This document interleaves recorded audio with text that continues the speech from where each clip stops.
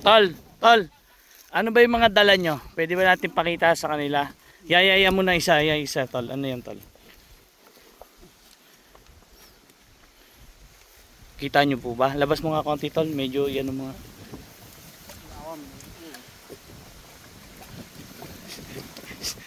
Sabay nangagat eh, no?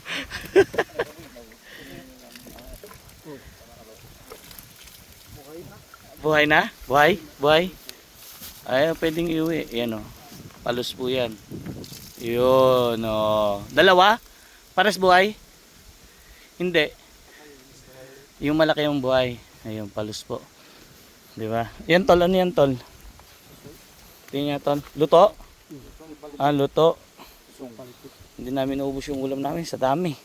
Sa dami ng pagkain sa gubat. Oh, kuha nga tol ng isa. Pakita mo nga luto. Tikman mo. Luto ba yan? Sige nga. Oh, puso. Pusong Pilipit. Oh, luto nga. O tol, ano naman to tol? Yan, yan, yan. Yan. Mga hindi na ubos. Hindi, ano ba yan? Ano ba laman? Yung talangka. Ah, talangka. Buhay. Luto na rin. Tapos may ubol pa, no? Kung tawagin po sa Bulacan, lulog. Yung iba tinatawag na patikan. Ano naman yung tol? Yung nasa kabalot ng saging. Kanin. Ah, kanin. Tatlong galot sa dahon. Hindi Dito sila nag-overnight. Sino nag-overnight dito? Kayo? Kagabi pa kayo? Kahapon ng umaga? Kahapon?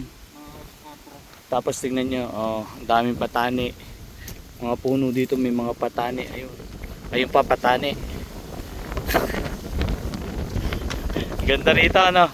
Oh, paano ba? Tara na. Pauwi na kami. Sama natin sila Patrick. Yun. Jimboy. Si Glenn. Uwi na kami.